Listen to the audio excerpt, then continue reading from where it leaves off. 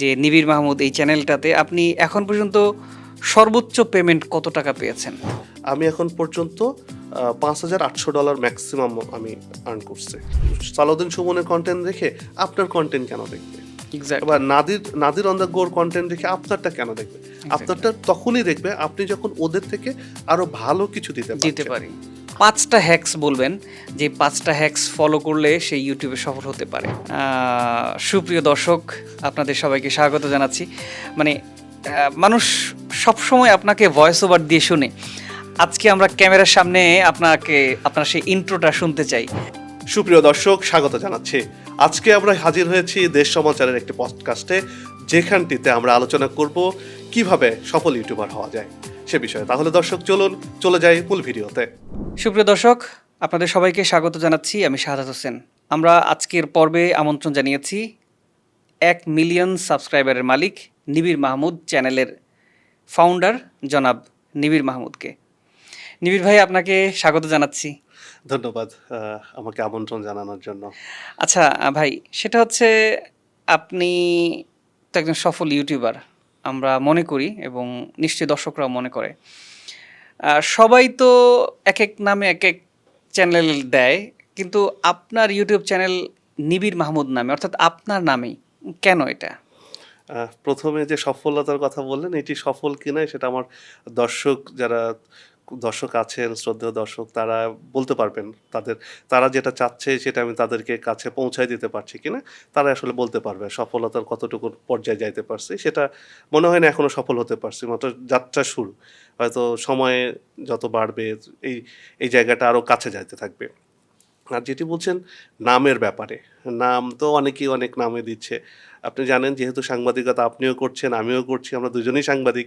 তো মাঠে ঘাটে আমাদের তো অনেক স্মৃতি আছে। তো নিশ্চয়ই। আমরাগুলা এই সাংবাদিকতা করতে যে কার পেছনে করছি? আমরা চাকরি করি, রাইট? সাংবাদিকতা তো বাংলাদেশে ওরকমভাবে ফ্রিল্যান্সিং জার্নালিস্ট ওইভাবে নাই, জার্নালিজম করা হয় না। তো যে কারণে আমরা যে সাংবাদিকতাটা করছি একটা অফিসের মাধ্যম হয়ে করছি। যখন অফিসের মাধ্যম হয়ে করছি, তখন দেখা যাচ্ছে আমি যে প্রোডাক্টটাই তৈরি করছি, প্রোডাক্ট বলতে ওই অর্থে বোঝাচ্ছি, কমার্শিয়াল অর্থে। আমার নিউজ হলে সেই নিউজ কন্টেন্ট তৈরি করছি, সেটা তো বিজ্ঞাপন যাচ্ছে, সেটাও একটা প্রোডাক্ট হিসেবেই সেল হচ্ছে, সেই সূত্রে বলছি। তো নিউজটাকে যখন আমি করছি, একটা নিউজ হচ্ছে, সেটা কিন্তু অফিসের স্বার্থে অফিস করছি। আমার কন্টেন্ট সেল করে অফিস, সেটা আমাকে তার একটা পার্সেন্ট দিচ্ছে কিনা সন্দেহ আছে। তো সেক্ষেত্রে আমি একেবারেই সেই হিসেবে চিন্তা করলে আমি নির্যাতিত, আমি শোষিত। তো আমার আমরা গণমাধ্যমে যারা কাজ করি, তারা কিন্তু কোথাও কিছু বলতে পারে না, কারোর কাছে যে বলতে পারে না। আপনি যদি পোশাক শ্রমিকরা বেতন পাচ্ছে না, আপনি নিউজ করছেন, কারো কোনো সমস্যা হচ্ছে, আপনি নিউজ করছেন। কিন্তু আপনার যে বেতন নাই, সাংবাদিকরা বেতন নাই, না খেয়ে মরছে, তার সংসার কিভাবে চলছে কেউ জানে না, কেউ মানে খোঁজও নেয় বাতির না। নিচে অন্ধকার। হ্যাঁ, বাতির নিতে অন্ধকার, একেবারে সত্য কথা, কেউ জানে না। এরপরেও কিন্তু তারা মুখে হাসি নিয়ে অন্যের দুঃখ দুর্দশা তুলে ধরছে। তো এই যে আমি অন্যের কাজ করছি, বিনিময়ে আমি কিছুই পাচ্ছি না। তো আমার করে লাভ কি? আমি অন্যের কাজ করছি। তো আমার জন্য আমি কি করতে পারলাম? এই পেশায় এসে আমি ভালো চাকরি ছেড়ে, ব্যাংকের চাকরি ছেড়ে এই পেশায় আসলাম। এখানে এসে কি করলাম? কিছুই করতে পারলাম না। তখন মাথায় আসলো, আচ্ছা ঠিক তো, এরকম তো কোনো কিছুই হচ্ছে না। যা করছি, যা আইডিয়া জেনারেট করছি, ভালো, ভালো আইডিয়া জেনারেট করছি, ভালো স্টোরি করছি, প্রশংসা করছে সবাই, কিন্তু অন্যের জন্য। না আমার জন্য কি? তখন মাথায় মনে হলো, আচ্ছা আমি নয় কেন? দুনিয়াতে অনেক তখন দেখলাম যে না, YouTube এ কিন্তু একটু আমার কথা হচ্ছে একেকজন একেক রকম নাম দেয়। কিন্তু আপনি আপনার নিজের নামটাই হচ্ছে ব্র্যান্ডিং সেটাই করলেন। আমি আসতেছি যে দুনিয়াতে অনেকেই দেখছি যে নিজের নামে অনেকেই করছে। দুই একজন ছিল, তখন ওইভাবেও ছিল না। তখন আমার মনে হলো, আচ্ছা আমিও তো একটা পে অফ তো দেই আমরা। সাংবাদিকতা যারা হুম। আমরা টেলিভিশনে শেষে নামটা সাংবাদিকতা বলি। করি, তখন তো আপনি এটা জানেন, আপনি প্রেজেন্টার অলসো। তো আপনারও কিন্তু সুন্দর একটা অ্যাস্টন যায়। সেটাও একটা ভালো লাগার বিষয়। আবার যখন আপনার নিউজ যাচ্ছে, প্রেজেন্টার হিসেবে আপনি বলে দিচ্ছেন অমুকের নিউজ, আবার পিটিসি দিচ্ছেন, ইনসার্ট ব্যবহার করছেন, আবার শেষে কিন্তু আপনার নামটাও যাচ্ছে। তো তাহলে আমি কেন আমার নামটা দিব না? যদিও আমার টেলিভিশনের পে অফটা ছিল মাহমুদুল হাসান। তো সেই ক্ষেত্রে আমার যেহেতু নিবিড় নিকনেম, তো সেইটাকে কাস্টমাইজ করে বললাম, ঠিক আছে, মাহমুদুল হাসান তো ভালো লাগবে না শোনাতে। তো এটারও একটা আছে, নামটা আমার এক বন্ধু মামা, ও এখন আমেরিকাতে। তো আমার হঠাৎ করে বলল, মামা তুই এই কাজ করতেছিস কেন? তোর তো সুন্দর নাম, নিবিড় নাম, তুই পে অফ দেস না কেন? তো এটা তো ভালো কথা কইছিস। তো ঠিক আছে আমি চেষ্টা করব। তো ওর মাথা থেকে যখন আসলো তখন আমি বললাম ঠিক আছে আমার বন্ধুর কথাটা আমি শুনি এটা। তো ওর শুনে তখন মনে হলো ঠিক আছে আমাকে নিবিড়কে আগে নিয়ে আসি। আমার মাহমুদুল হাসানের মাহমুদটাকে যেহেতু আমি মিডিয়াতে গণমাধ্যমে মাহমুদ নামে পরিচিত, তাহলে আমার ওই নামটাও থাক। তো এইটাকে করেই আজকের এই আমি নিবিড় মাহমুদ নামটা করলাম। আচ্ছা, এবার আসি আপনি কিছুটা বলছিলেন যে সাংবাদিকতা, আমিও সাংবাদিকতা করেছি, মাঠে ঘাটে সাংবাদিকতা করেছি। আমাদের অনেক গল্প আছে আসলে আপনার সাথে আমার। আমরা যখন অ্যাসাইনমেন্ট কভার করেছি, দেখা হয়েছে, কথা হয়েছে। তো সাংবাদিকতা করেছেন দীর্ঘদিন, আমি জানি আপনি বেশ কয়েকটা টেলিভিশনে কাজ করেছেন। সাংবাদিকতা ছেড়ে ইউটিউবে কাজ করার প্রেরণা বা কেন এখানে আসলেন? এটার অনেক কারণ। কিছুটা শুরুতে কিছুটা বলছি। সেটার বেশ কিছু কারণ। সাংবাদিকতা একবার মানুষ যখন সাংবাদিকতা করে তখন কিন্তু আসলে ছেড়ে দেয় না। আপনি সাংবাদিকতা স্টুডেন্ট, আপনি ভালো করে আরো জানেন। বাংলাদেশ না ওয়ার্লড ওয়াইডই ফ্রিল্যান্সিং এর ব্যবস্থা আছে বিভিন্ন জায়গায়। বাংলাদেশেও গড়ে উঠছে। তো সাংবাদিকতা মানে সাংবাদিক তো সারা জীবনই সে সাংবাদিক। একবার সাংবাদিকতার নাম লেখাতে পারলে এবং সে ভালো কাজ করতে পারলে, করতে পারলে নীতি নৈতিকতা ধরে রাখতে পারলে তো সারা জীবনই সেটা থাকছে। তো এই যে প্রফেশনালি যে পেশাটা ছেড়ে দিয়ে এখানে আসা এটা একটা চ্যালেঞ্জিং ছিল। প্রথমত নিজের মানসিকভাবে যে একটা চ্যালেঞ্জ ছিল যে আমি আসলে পারবো কিনা নিজের অস্তিত্ব টিকিয়ে রাখা, সেটা একটা বড় চ্যালেঞ্জ ছিল। ফ্যামিলির গত ব্যাপার ছিল, ফ্যামিলি সেটাকে কিভাবে গ্রহণ করবে, বা বন্ধু-বান্ধব যারা ছিল, কলিগ যারা ছিল, এরা কিভাবে গ্রহণ করছে। এটা শুরুতে আমার জন্য খুব চ্যালেঞ্জিং ছিল এটা। আসলে আমি পারবো কিনা? আমি আমার জীবনের সাথে আমার অনেক রাত গেছে আমি নির্ঘুম শুধু এই টেনশনে যে আমি চাকরি ছাড়বো। আচ্ছা ঠিক আছে, চাকরি ছাড়ার পরে আমি কি করব?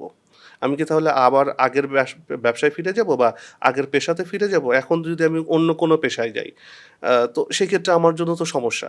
এত বছর আ প্রায় ২ যুগের কাছাকাছি সাংবাদিকতার বয়স। তো এত বছর এই পেশা থেকে এসে আমি নতুন পেশায় কি করব? আমি একেবারে জিরো। আমাকে কেউ গ্রহণ করবে না। তার মানে আমি কি কাজ শিখলাম এই এতদিনে?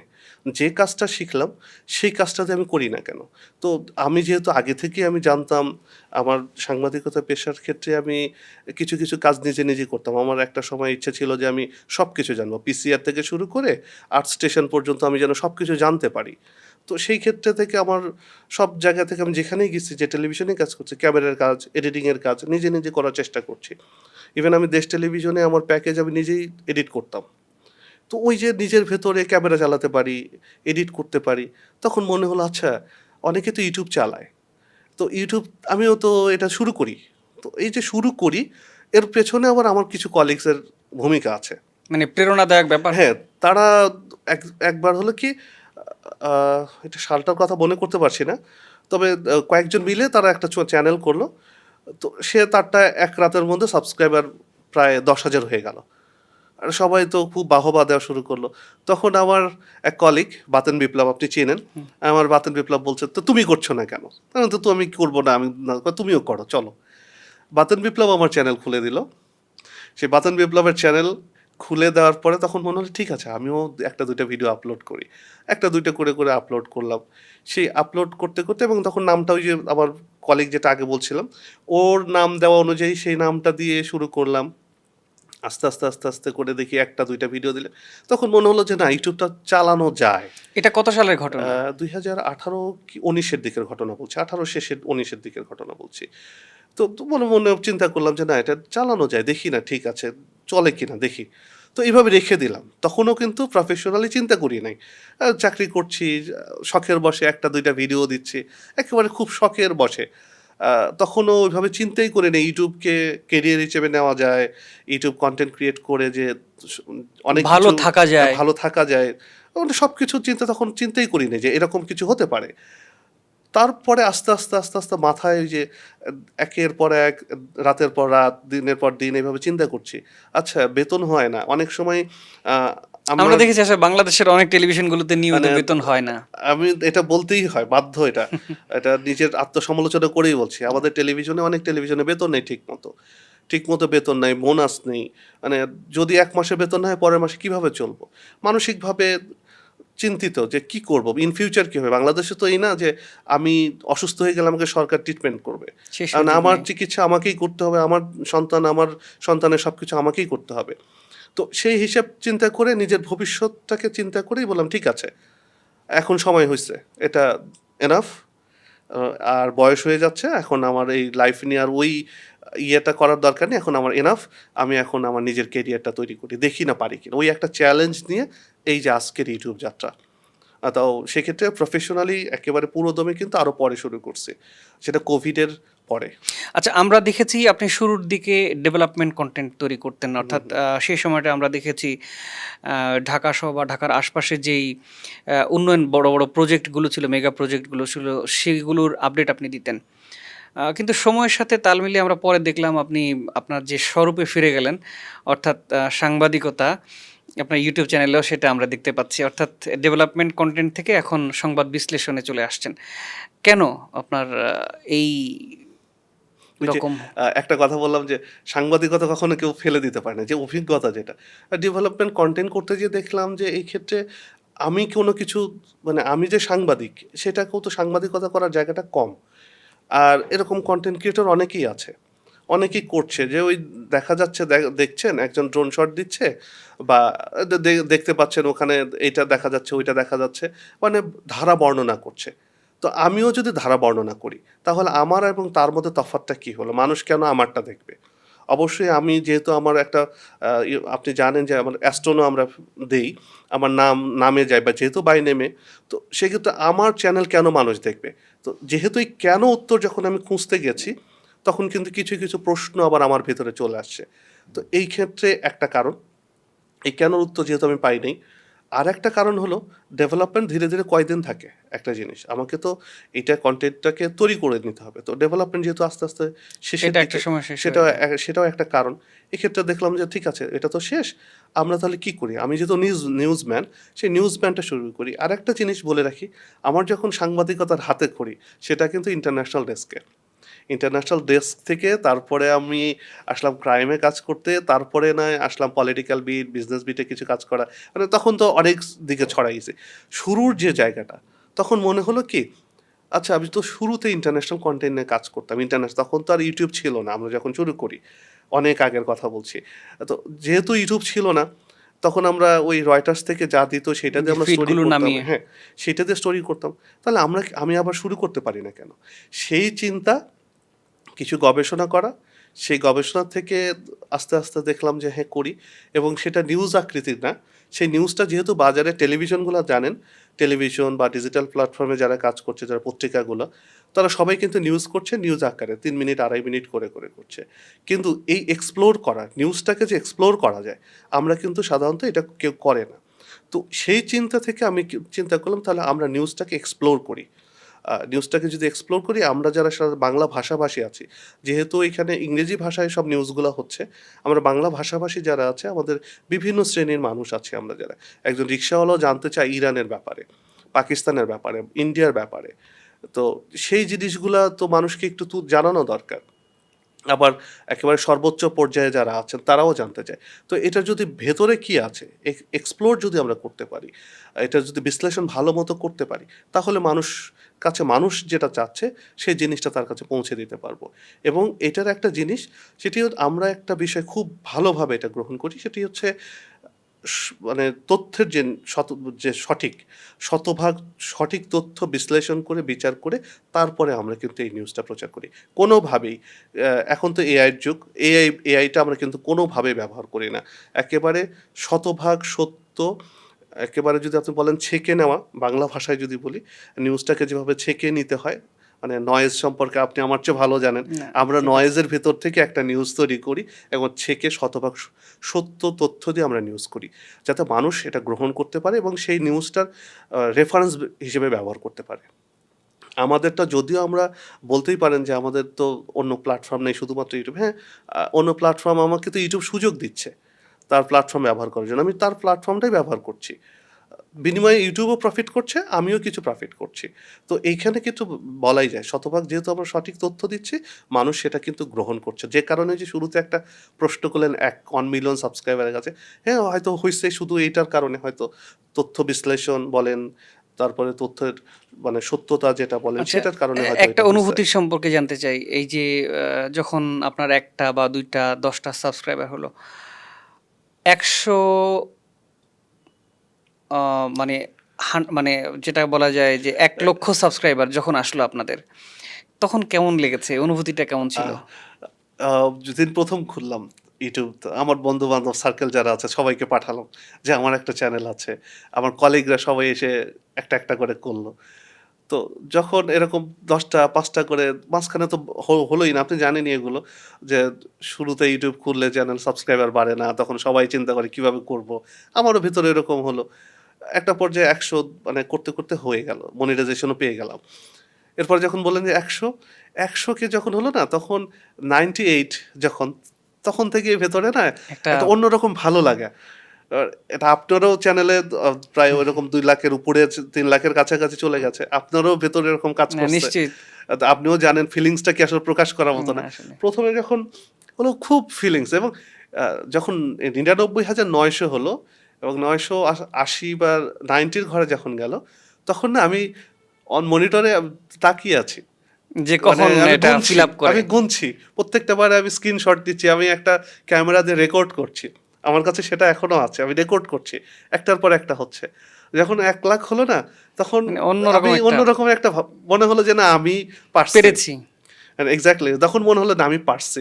আমি যে চ্যালেঞ্জ নিছি, সেই চ্যালেঞ্জটা আমি জয় করতে পারছি। এই চ্যালেঞ্জটা কিন্তু ফ্যামিলি কিন্তু শুরুতে সাপোর্ট করে নাই। করেনি। কিন্তু নিশ্চয়ই এখন অ্যাপ্রিশিয়েট করছে। একটা বিষয় সবারই জানার একটা আগ্রহ থাকে। আমরা সোশ্যাল মিডিয়াতে দেখি কেউ YouTube বা Facebook ব্যবহার করে লাখ, লাখ টাকা ইনকাম করে।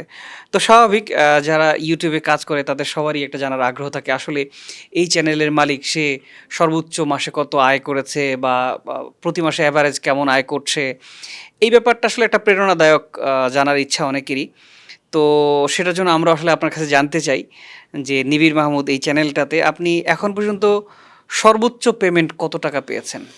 এটা একটি মানে খুব কঠিন প্রশ্ন। সেক্ষেত্রে যেহেতু শুধু নিবিড় মাহমুদ চ্যানেল তো আমার একটা। আমি দর্শকদের জানান মানে সুবিধার জন্য দর্শকদের জানে হয়তো। আমার এমনি মোটামুটি আরো ৩-৪ টা চ্যানেল আমি চালাই। তো নিবিড় মাহমুদ এটা আমার বাই নেমে চলে। এছাড়া আরো ইন্টারন্যাশনাল এক্সপ্লোর কিছু চ্যানেল আছে।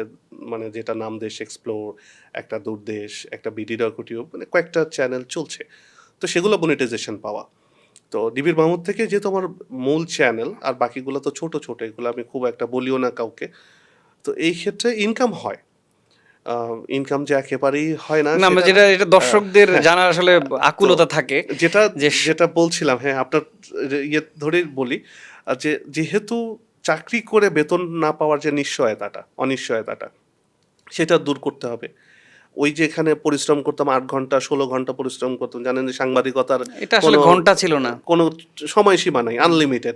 ইভেন আমার এমনও গেছে নিমতলিতে যখন আগুন লাগলো, সকাল থেকে রাত পর্যন্ত, এবং আমি ৭ দিন পর্যন্ত বাসায় যাইনি। Office to Nimtali R Dhaka medical চলছে। এরকম লাইফে গেছে আমাদের। তো সেই জীবনটা পার করছি। এখন এখানে আসি তো কিছু একটা প্রফিটের জন্য। এই পেশাটা ডেফিনিটলি। বেছে বেছে দিছি যাতে আমার দিন শেষে যেন আমি ঠিকই টাকা পাই। তো টাকা তো আসছে। এখন কত টাকা আসে? এটা সবারই প্রশ্ন। হুম, শুরুতে আমারও একটা প্রশ্ন ছিল যে আসলে কয় টাকা ইনকাম করব, ইনকাম কেমন? করবা যে করা আপনি যায়। জানেন ১ম মাসে যখন আমি ইনকাম করি $১০৫ ইনকাম। তখন ১ম রেট কম মাসের ছিল। ইনকাম। ১ম মাসের ইনকাম। আমার তো খুশিতে আমি মানে অন্য রকমের, আমি তখন কি করলাম? আমি চেক লিখে দিলাম। আমার ক্রেডিট কার্ডে মানে ডেবিট কার্ডে তখন একটু সমস্যা। আমার কার্ড ছিল। আমি চেক দিয়ে আমার ড্রাইভারকে বলছি যে, "আপনি যান, যেয়ে আমার টাকা উঠায় নিয়ে আসেন।" মানে অন্য রকমের ফিলিংস ছিল তখন আমার।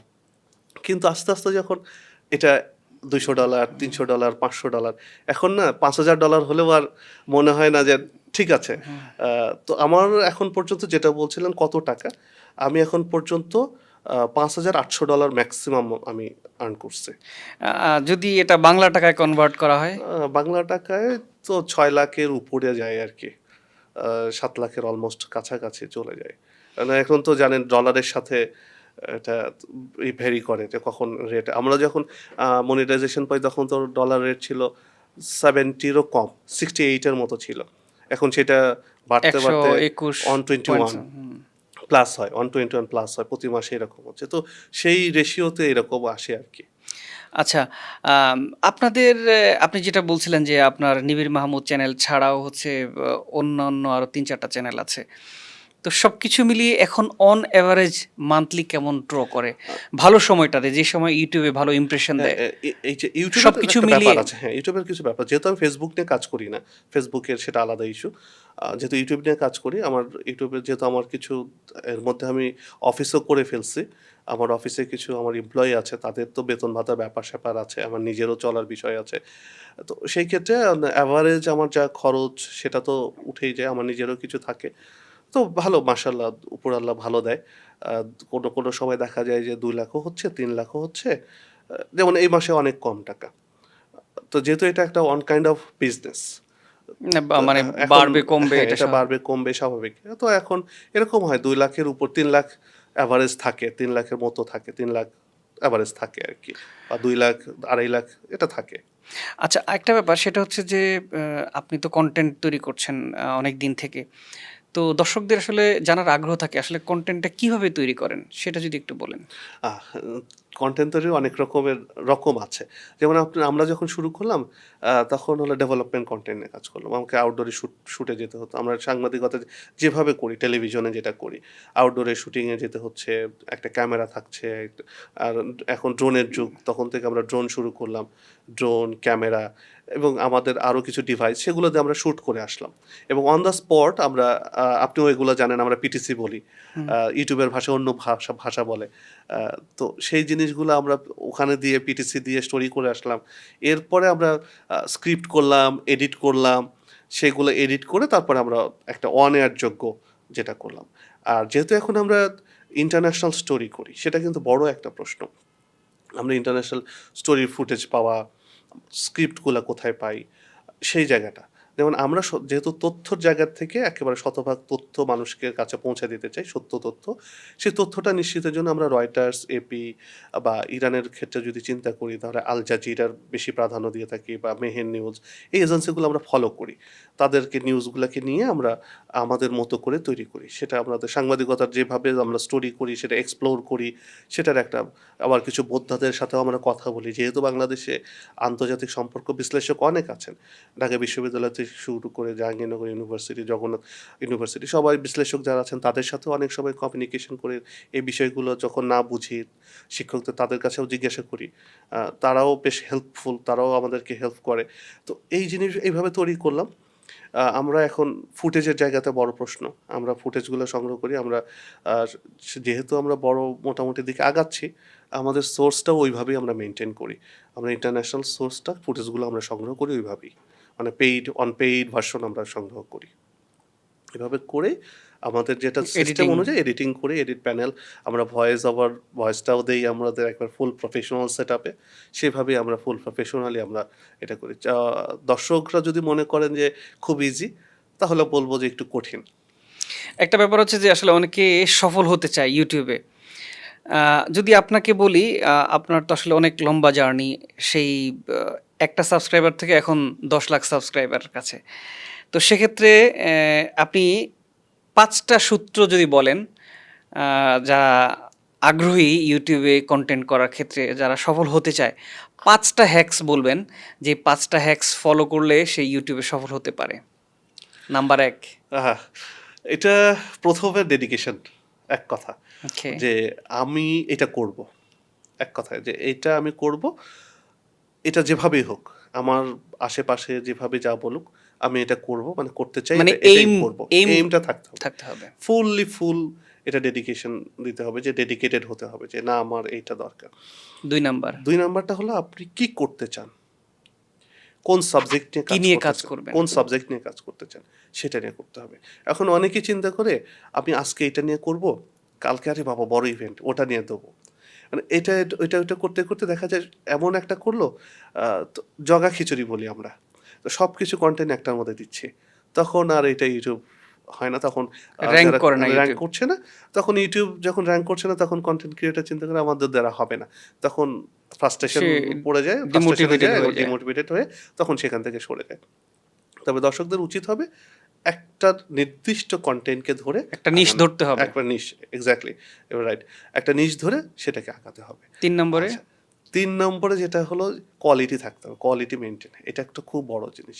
আমার কোয়ালিটি নেই, আমি এটা পারব না। ধরেন আমার একটা কোয়ালিটি আছে কি, আমি রাস্তাঘাটে যেটা দেখছি সেটা দেখে আমি সুন্দর, সুন্দর তথ্য সংগ্রহ করতে পারছি। সেটা নিয়ে আমি স্টোরি করতে পারি। তার মানে আমাকে ওইখানেই থাকতে হবে। আমি ইন্টারন্যাশনাল কি জিনিস সেটা আমি করতে পারব না। বা ওই ডেভেলপমেন্ট কি হচ্ছে বা আমি এটা জানি না। বা নিউজ কি জিনিস আমি জানি না। কিন্তু আমার সেখানে যাওয়াটা ঠিক হবে না। সেই জায়গাটা নিশ্চিত করতে হবে। মানে আমি যেটাই করি না কেন সেটা কোয়ালিটিটা মেইনটেইন কোয়ালিটিটা করতে হবে। মেইনটেইন করতে যদি হবে। ৪ নাম্বার বলি? আ ৪ নাম্বারটা এটা একটু অন্যভাবে চিন্তা করতে হবে। ধরেন আমি সবকিছু আছে। আমার কোনো কিছু নাই। মানে আমি সবকিছু আমার কোয়ালিটি আছে, সবকিছু আছে কিন্তু আমার ডিভাইস নাই, আমার কোনো কিছু নাই। সেই জায়গাটাও নিশ্চিত করতে হবে যে আমার এটা স্টার্ট করতে গেলে আমার কি, কি দরকার? একটা সেটআপ দরকার। সেটআপের জন্য আমার তো একটা ভয়েস দিতে হবে। ভয়েসের জন্য একটা মাইক্রোফোন দরকার। এখন অনেকেই চিন্তা করছে আমি দেই না মোবাইলের যে ইয়ারফোন দিয়ে আমি ভয়েস দেই না। আসলে মোবাইলের ইয়ারফোন দিলে ভয়েস দিলে কি কোয়ালিটি সম্পূর্ণ হয়? তখন আমার অডিয়েন্স কিন্তু সেটা দেখবে না।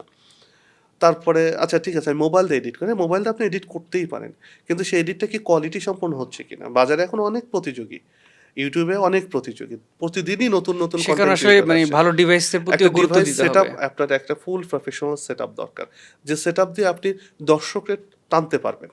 দর্শক আপনারটা দেখবে। না হলে কেন ভাই যমুনা টেলিভিশনে নিউজ রেখে বা মানে একটা ওই নরমাল ইউটিউব দেখবে। অন্য চ্যানেলের যারা ধরেন সালাউদ্দিন সুমনের কনটেন্ট দেখে আপনার কনটেন্ট কেন দেখবে?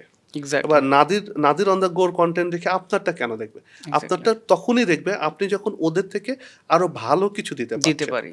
তখনই তো আপনারটা দেখবে। এই জিনিসটা যদি মেইনটেইন করা যায় তাহলে ইউটিউবার সফল হতে তাইলে পারবে। ৫ নম্বরে যদি শেষ? ৫ নম্বর শেষ, এটার কোনো শেষ নাই। এটা ধরে রাখতে মানে হবে। এটা পেশেন্স। হ্যাঁ, পেশেন্স এটা ধরে রাখতে হবে। আমি বিলিভ করি এটা। যদি ধরে রাখা যায় তাহলে হোপফুলি যে এটা করতে পারে সাকসেসফুল হবে সে। আর না হলে পারে যে আ কিছুদিন আগে আমাদের এক কলিগ উনিও করতে চাচ্ছিল। তো এরকম করে আ সে বলছে যে করবে। আমার অনেকদিন বলছে। আমি ঠিক আছে আপনি একদিন আসেন আমি চ্যানেল খুলে দিচ্ছি।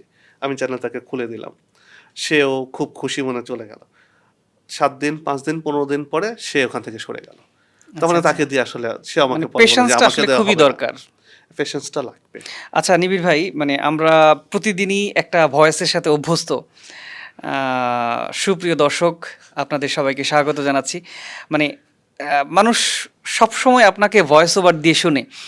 আজকে আমরা ক্যামেরার সামনে আপনার সেই ইন্ট্রোটা শুনতে চাই। যেটা নিশ্চয়ই দর্শকদের জানার আগ্রহ আছে, দেখার একটা আগ্রহ আছে। সেই জায়গা থেকে আপনার মুখ থেকে অন ক্যামেরাতে আজকে আপনার ইন্ট্রোটা একটু দিবেন। সেটা আমি যখন না খুব মজার প্রশ্ন করছেন। আ খুব ভালো লাগলো এটা। আমি যখন টেলিভিশনে পে অফটা দিতাম, তখন আমার পে অফটা নিয়ে খুব সিনিয়ররা থেকে শুরু করে আমাকে খুব মজা করত। আ তখন বলতাম যে মাহমুদুল হাসান। মানে এই যে একটা টান দিতাম আবার ইচ্ছে আমাদের করে কিন্তু এনটিভির হাসান ভাই যেমন হ্যাঁ, বলে যে হাসান হাসান হাসান মাহমুদ মাহমুদ। হ্যাঁ, মানে তখন আমি একটা আমার পে অফটা নিয়ে সবাই খুব মজা করতো। এবং জহির ভাই আমাকে বলত, "আরে তুমি তো দেখতে ভালো।" নজরুল কবির ভাই আমাকে বলত যে, "তুই এটা কি করতেছিস?" মানে সবাই না নতুন আমাকে বলতো যে এটা অন্য কিছু পে অফটাকে একটু এনজয় করতো সবাই। পিসিআর থেকে তো মাশাআল্লাহ প্রতিদিনই এরকম বলতো যে, "এই তো আচ্ছা একটা পে অফ দেবে এখন।" তো সেম টাইম এরকম আপনিও যেরকম আমার দর্শকরা কিছু জায়গাতে অনেকেই বলে। পরিচিত দর্শক তো বলে অনেকে আবার মানে কমেন্টসও করে যে এটা নিয়ে। স্টার্টিংটা কেন এভাবে করছেন? এটা এখন সুপ্রিয় না দর্শকরা এইটাই আপনাকে আসলে আলাদা করেছে। এইটা বলি অনেকেই সালাম দিয়ে শুরু করছে।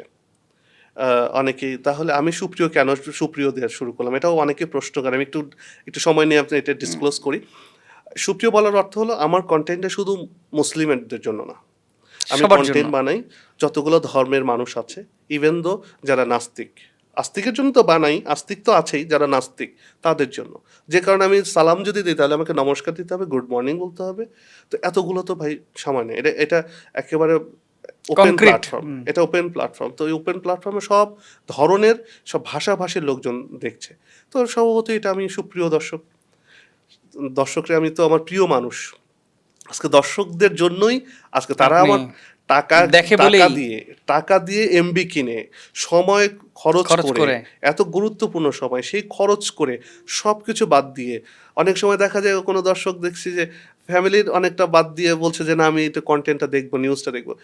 একটা নেশাও আছে। তারাও আমারটা দেখছে। আমার দর্শকরা তো আমার প্রাণ। তারাই আমার সবকিছু। তাদের ভালোবাসা দিয়েই আজকের আমি।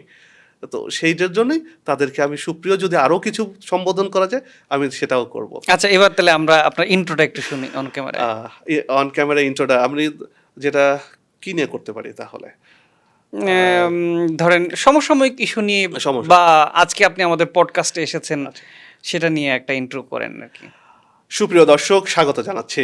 আজকে আমরা হাজির হয়েছি দেশ সমাচারের একটি পডকাস্টে, যেখানটিতে আমরা আলোচনা করব কিভাবে সফল ইউটিউবার হওয়া যায় সে বিষয়ে। তাহলে দর্শক চলুন চলে যাই মূল ভিডিওতে। চমৎকার, খুবই ভালো লাগলো। নিশ্চয়ই দর্শকদের অনেক ভালো লেগেছে, কারণ প্রতিদিনই তারা আপনার এই কণ্ঠটা শুনে আপনার কন্টেন্টটা শুরু করে। আমরা অনুষ্ঠানটা শেষ করব।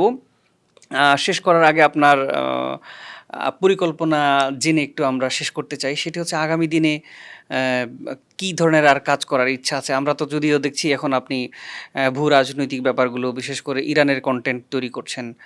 অনেকদিন থেকে ডেভেলপমেন্ট কন্টেন্টও আমরা দেখছি না। তো আগামী দিনে আসলে ইউটিউব নিয়ে আপনার কী পরিকল্পনা আছে সেটা যদি একটু বলেন। আমার আগামী দিনের যে পরিকল্পনা, আমি চাই যে বাংলাদেশের যারা মূল টার্গেট যেটা, যারা আমাদের এই পেশায় যারা আসতে চায়, যারা কিছু মানুষ আছে যারা পড়ালেখা শেষ করছে বা কিছু পড়ালেখা করছে, তাদের একটা পার্ট টাইম জব হোক বা পার্মানেন্ট জব হোক, আমার এখানে একটা ব্যবস্থা হোক। কর্মসংস্থানের একটা মোটা দাগে একটা কর্মসংস্থান হোক। এটা যাতে আমি নিশ্চিত করতে পারি। যেহেতু আমি এই প্ল্যাটফর্মটা বেছে নিছি, তো সেই ক্ষেত্রে আমার আরও কিছু জায়গা আছে। যেমন আমি খুব রিসেন্ট মনে হয় শুরু করতে যাচ্ছি আমার এক্সপ্লোর নিয়ে। এটা বাংলাদেশকে এক্সপ্লোর নিয়ে। একটু ভিন্ন ক্যাটাগরির, যেটা বাংলাদেশে হয়তো এখনো ওইভাবে আমরা শুরু করিনি। আ যেহেতু আমি শুরু করছি একটু ভিন্ন ক্যাটাগরির ভাবে নিজেকে প্রেজেন্ট করছি, সেটাও একটা এক্সপ্লোর করব। সেক্ষেত্রেও নতুন একটা হয়তো আগামী মাসেই আমরা সেটাকে লঞ্চ করতে পারছি। তো এভাবে আরও কিছু সাবজেক্টিভ কাজ করতে চাই। স্পেসিফিক করে অর্থাৎ করে এই পরিসরটাকে আপনি আরো বড় করতে চাচ্ছেন। চাই, যাতে করে এটা একটা ভালো মতো একটা হয়। যেমন আপনি জানবেন, আজকে টেলিভিশন কিন্তু অলরেডি হাতের মুঠোয় চলে আসছে। একদমই। একেবারে হাতের মুঠোয় আসে। ৫ বছর পরে বা ৫ বছর পরে টেলিভিশন থাকবে না। ১০ বছর পরে ইউটিউবও থাকবে না, আই বিলিভ। ১০ বছর পরে ইউটিউবও থাকবে না। তখন অন্য প্ল্যাটফর্ম। এই যতদিন আছে সেইটাকে ওই আগের যে পরবর্তীতে যে প্ল্যাটফর্মে যে সুইচ করবো আমরা, সেই জায়গা পর্যন্ত আমি যত যেতে পারি, সেই একটা চিন্তা নিয়ে আগাচ্ছি। যে এটা কিভাবে ওই জায়গাতে আমরা যেতে পারি। আপনার উত্তরোত্তর সফলতা কামনা করছি। আগামীতে নিশ্চয়ই আবারও দেখা হবে আপনার সাথে। তো ভালো থাকবেন। অসংখ্য ধন্যবাদ আমাকে আমন্ত্রণ জানানোর জন্য। আপনারাও ভালো থাকবেন। আপনার দেশ সমাচার ভালোভাবে এগিয়ে যাক সেই কামনা করছি। সুপ্রিয় দর্শক, আজ এ পর্যন্তই। ভালো থাকুন, সুস্থ থাকুন। দেখা হবে পরবর্তী পর্বে অন্য আরেকজন অতিথিকে নিয়ে।